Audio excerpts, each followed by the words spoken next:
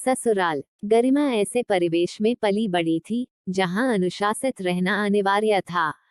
हर काम समय पर होना चाहिए, लड़कियों को किसी तरह की आजादी नहीं थी। जब गरिमा कॉलेज जाती तभी थोड़ी खुश रहती। उसके मम्मी पापा के सख्त व्यवहार के कारण उसके दोस्त भी जल्दी नहीं आते थे और गरिमा को तो किसी के घर सिर्फ किसी खास मौके पर जाने की परमिशन थी, वो भी अपने बड़े भाई के साथ।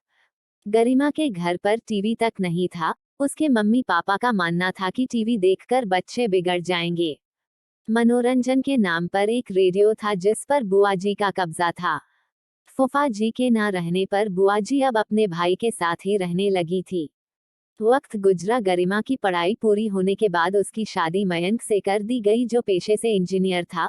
उसका परिवार गरिमा के परिवार के बिल्कुल उलट नए ख्यालों वाला था। ससुराल में पहले दिन गरिमा की नींद 8 बजे खुली जो कि मायके में वह 5 बजे उठ जाती थी। वो बहुत डर गई, ना जाने सास और मयंक क्या सोचेंगे मेरे बारे में। इसी उधेड़बुन में जल्दी जल्दी तैयार हो रही थी, तभी गरिमा की सास उसके कमरे में आई। मम्मी जी मुझे माफ कर दीजिए, मैं इतना लेट कभी नहीं उठती। आज न जाने कैसे मैं इतनी लेट उठी, मुझे कुछ समझ नहीं आ रहा है, गरिमा सफाई देते हुए बोली।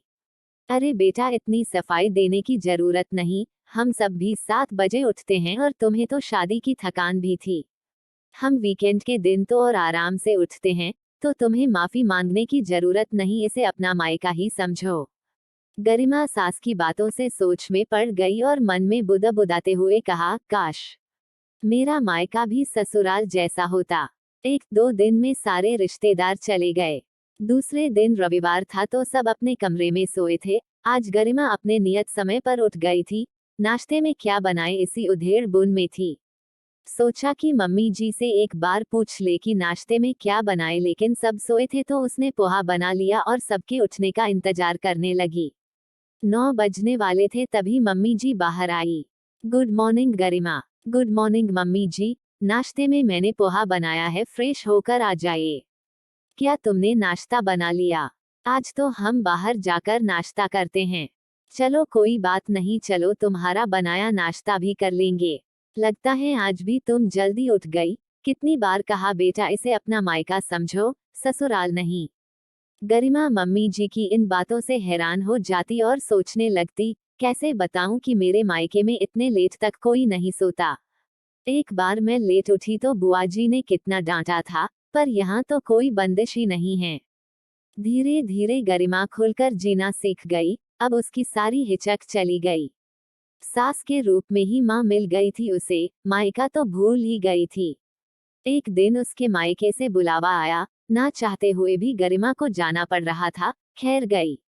वहां जाकर फिर से वही रूटीन फॉलो करना पड़ रहा था। घर में बंद हो गई थी। उसका मन अपने ससुराल में ही लगा रहता था। सब उसे बहुत प्यार जो करते थे। गरिमा की दोस्त रीमा उससे मिलने आई और ससुराल के बारे में पूछा तो गरिमा ने कहा, मैं तो कहती हूँ कि भगवान करे हर लड़की को ऐसा ही ससुराल मिले। मेरे ससुराल में कोई बंदिश नहीं, मम्मी जी बिल्कुल मेरी दोस्त की तरह रहती हैं। ऐसा भी ससुराल होता है क्या? रीमा ने हैरान होते हुए कहा। मेरी दीदी तो अपने ससुराल में इतना करने के बाद भी ताना ही सुनती हैं। भगवान तेरे जैसा ससुराल सबको दे। क्योंकि तेरा मायका ससुराल ही था, इसलिए भगवान ने तेरा ससुराल मायका कर दिया।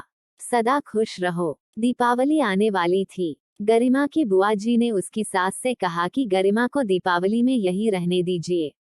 गरिमा ये सुनकर दुखी हो गई और उसने छुपकर अपनी सास को फोन किया और कहा, मैं आप लोग के साथ दीपावली मनाना चाहती हूँ, मुझे बुला लीजिए मम्मी जी।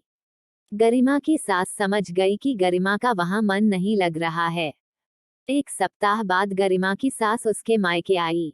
उनको देखकर सब आश्चर्यचकित हो गए। आप अचानक, पहले बताया होता तो हम आपको लेने आ जाते, गरिमा के पापा ने कहा। क्या कहे, अब गरिमा के बिना मन ही नहीं लग रहा था तो मिलने चले आए। गरिमा सबको देखकर खुशी से फूले न समाई, लेकिन अपनी खुशी छुपाए रखा। गरिमा सबके लिए चाय नाश्ता बनाने चली गई।